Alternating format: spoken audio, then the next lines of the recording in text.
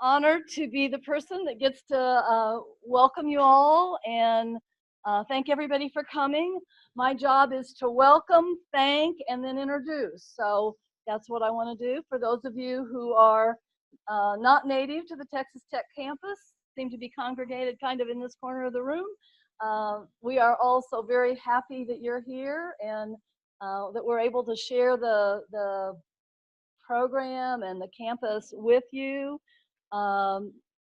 We have lots of students here as well. We want to welcome you, faculty from our program and from other programs as well. So welcome to everybody, community people that are taking advantage of this. Probably most of all, I want to welcome you, Harold and Dina. We really miss not having you here every day. So anyway, but you know, it's like the old days when we saw you at conferences and you were very special, and then you became faculty and you got treated just as well as the rest of the faculty did, right? And now you're special again. So anyway, thank you very much. Just like family, that's right. I really want to thank you, Harold, for selecting the Texas Tech campus and our program to host this award, because that was his choice. He could have done it anywhere. And Dina and Harold have both been so supportive of the program and so supportive in our quest to educate the next generation of financial planning professionals. So thank you, Harold. This is, I don't know that anybody other than probably our faculty completely understand how important it is to have things like this that help get our students and graduates from being graduates to being professionals. And we have a lot of PhD students in the room here.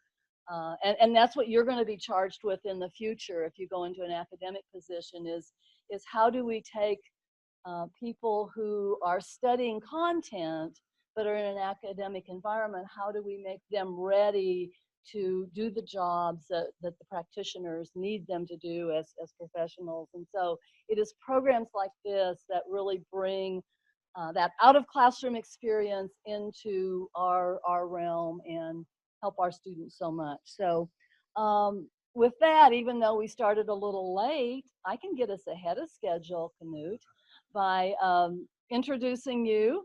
Knut Rostad is here. He is the president of the Institute for the Fiduciary Standard. He has been kind enough to be with us here on campus since Wednesday. So he has spoken to classes. He has done an open session with students. He's gone to lunch. He's seen the football stadium and the golf club, right? The golf course. So he's seen a lot of kind of what makes universities special, and hopefully had a good time. We have really appreciated your generosity with your time. So you're next.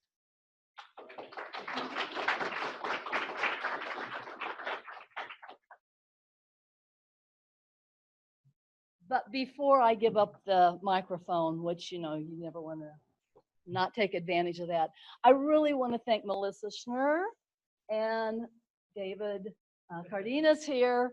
They have been the staff people that have really, really been helpful in making this all happen. So thank you, Melissa and David.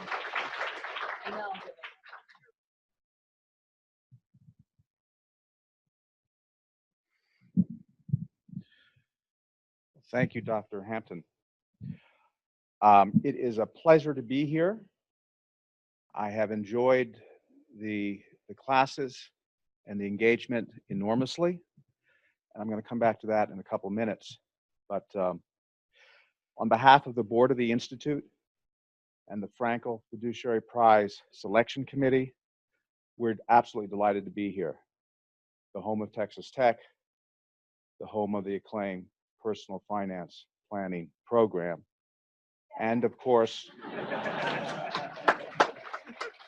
that's right, that was a signal. And of course, Professor Harold Levinsky, We are fortunate to have with us today the Frankel Committee Chair, Professor Deborah DeMott from Duke University, who will follow me shortly, and have also here remotely Professor Mercer Bullard, who also serves on the Frankel Fiduciary Prize Committee and is widely known through Washington, especially for his fierce advocacy for investors.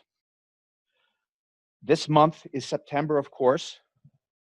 What is September? It's the month of cooler evenings, we hope. It's the month of victorious Red Raiders games, we hope.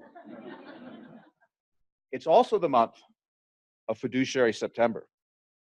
Now, there may be a couple people in this room who have not otherwise heard of Fiduciary September. It's possible, but the Institute self-proclaimed it 7 years ago, to be a month where we take a time, special time, to recall why fiduciary law, duties, and principles are so important. And we could not do this without the support of one of our best friends, Skip Schweiss from TD Ameritrade, who has been our exclusive sponsor for Fiduciary September for 5 years. I hope it was okay to say this in this room. I didn't ask permission beforehand, so I'll ask for forgiveness afterwards.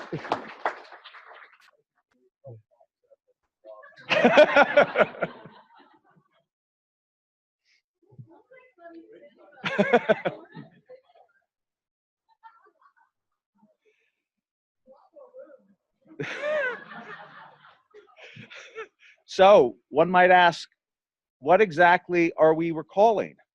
Well, I ask you to think about it this way.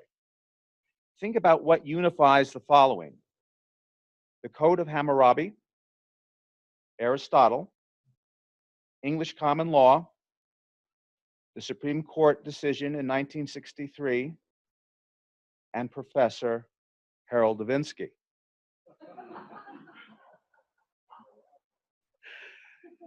In my view, it's a profound appreciation for the importance of fiduciary principles.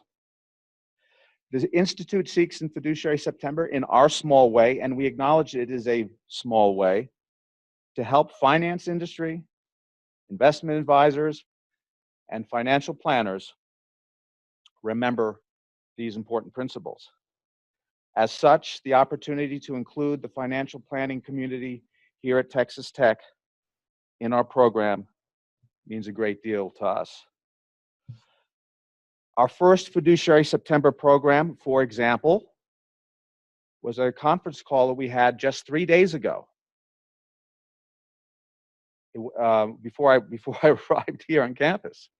And we had a conference call to discuss the SEC proposed disclosures that are part of the proposal that they have out here, which we will discuss some more soon. 2 PFP students joined the call to speak to the media with us, along with one of the nation's foremost experts in plain language. There's a concept, plain language. One of your students, and I don't know whether he's here because I've never met him, is Tyler Clearman here? Uh-oh. Tyler Clearman was one of the students on the call, and he spoke in a way that captured the interest of one of the reporters. And so yesterday, or the day before, in one of the news reports on our call, Tyler is quoted. So I think an applause for Tyler.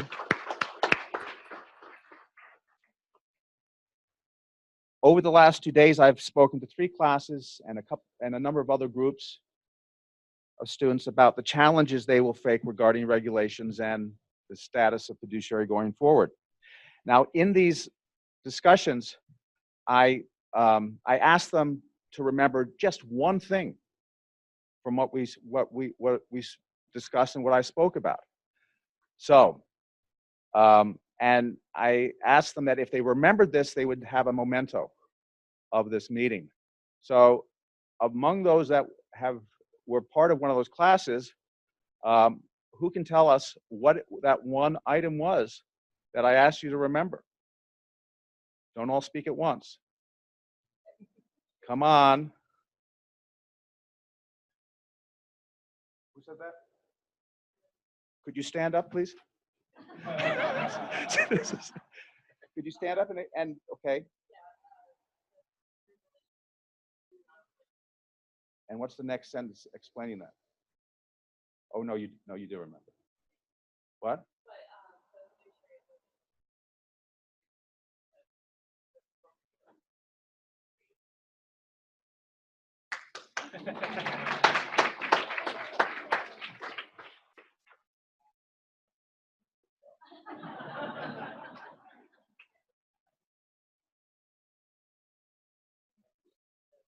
So we know we've succeeded somewhat already. Congratulations. On that one, I will close and hand the mic over to Professor Deborah DeMott.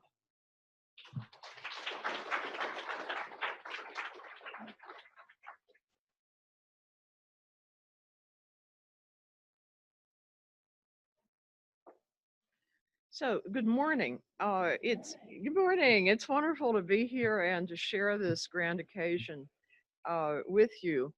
On behalf of the selection committee for the Frankel Fiduciary Prize, I'd like to just say a few things about the history of the prize and its recipients over the years. This is the 6th year for the prize.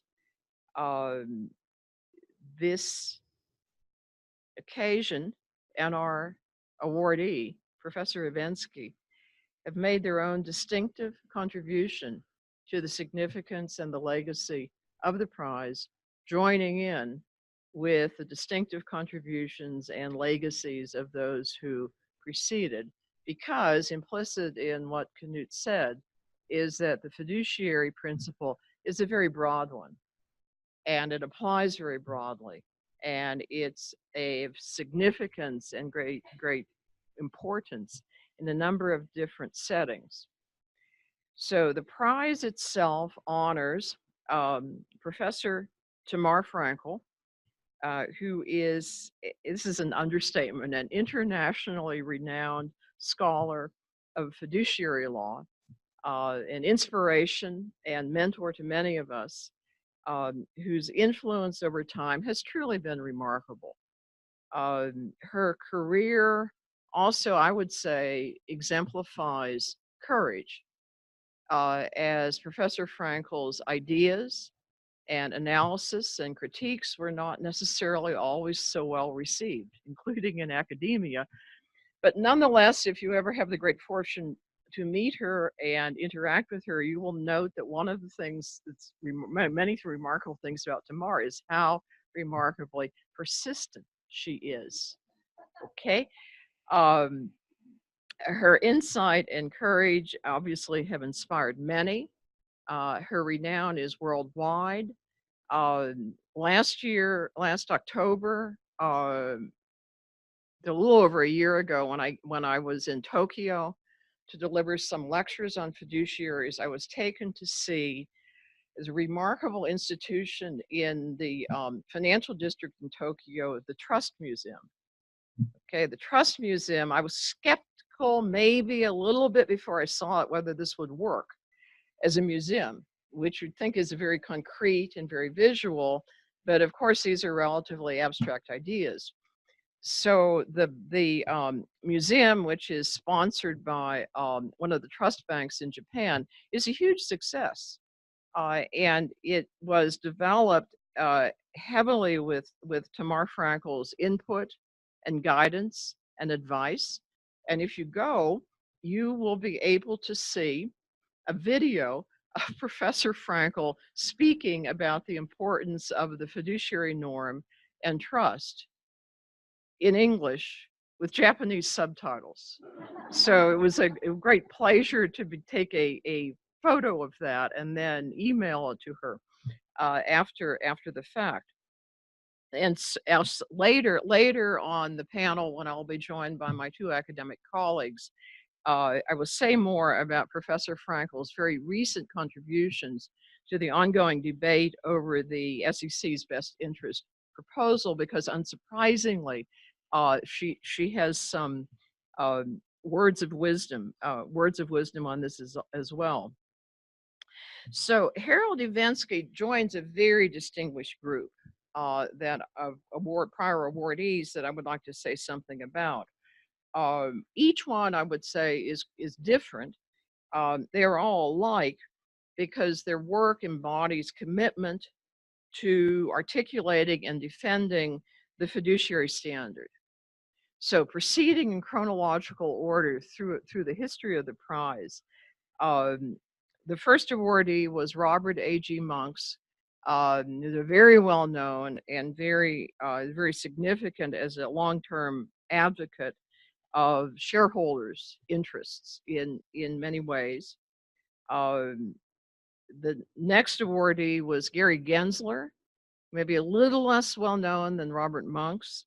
So Mr. Gensler was the chairman of the Commodities Futures Trading Commission, or the CFTC, and the proponent of implementing the mandate of the Dodd-Frank legislation to have better regulation of transactions in financial derivatives, which are systemically very, very significant. So it took great courage and commitment for Mr. Gensler to accomplish what was accomplished with regard to regulation. The next awardee, David Swenson. So Mr. Swenson is the long time and very successful Chief Investment Officer of Yale University. He's also been a very influential author about portfolio management and fiduciary norms in investment management more generally. The next awardee was Phyllis Borsey, who was, as I think many of you would know, the champion of the Department of Labor's fiduciary rule.